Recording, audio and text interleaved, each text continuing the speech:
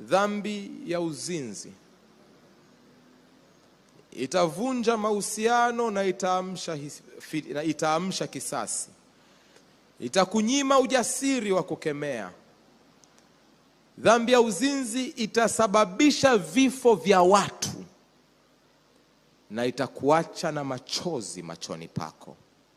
Baada ya Daudi kuzini na Bathsheba, ukiangalia mara 4 nyakati tofauti anakutwa akilia. 4 times. Nyakati tofauti. Mara ya kwanza Daudi analia katika Samueli wa pili sura ya 13:36 na 37, analia kijana wake Amnon anapouawa. Daudi analia.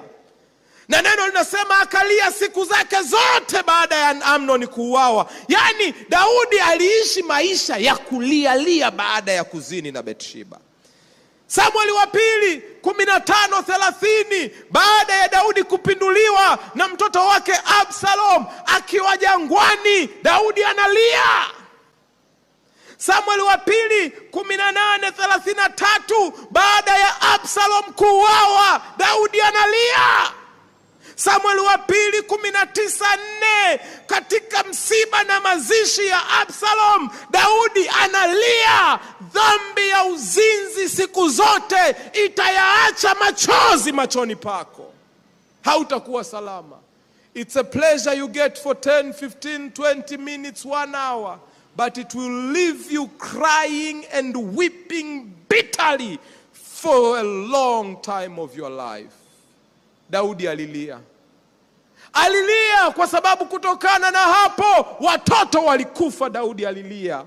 Alilia kwa sababu kutokana na hapo binti yake alibakwa. Daudi alilia. Alilia kwa sababu kutokana na hayo alipoteza kiti chake cha mfalme. Daudi alilia. Alilia kwa sababu kutokana na hayo watu 20,000 walikufa katika vita ambayo Absalom alikuwa anapambana na baba yake. Maisha ya Daudi yalikuwa ni ya kulia na kulia na kulia.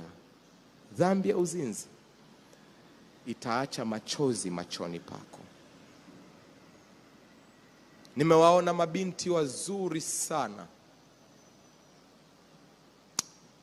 ambao wameshindwa kuolewa kwa sababu walianguka katika dhambi hii na wakapata watoto, na sasa wamekuwa blacklisted. Warembo, wazuri, lakini mpaka leo machozi yanaanguka katika macho yao.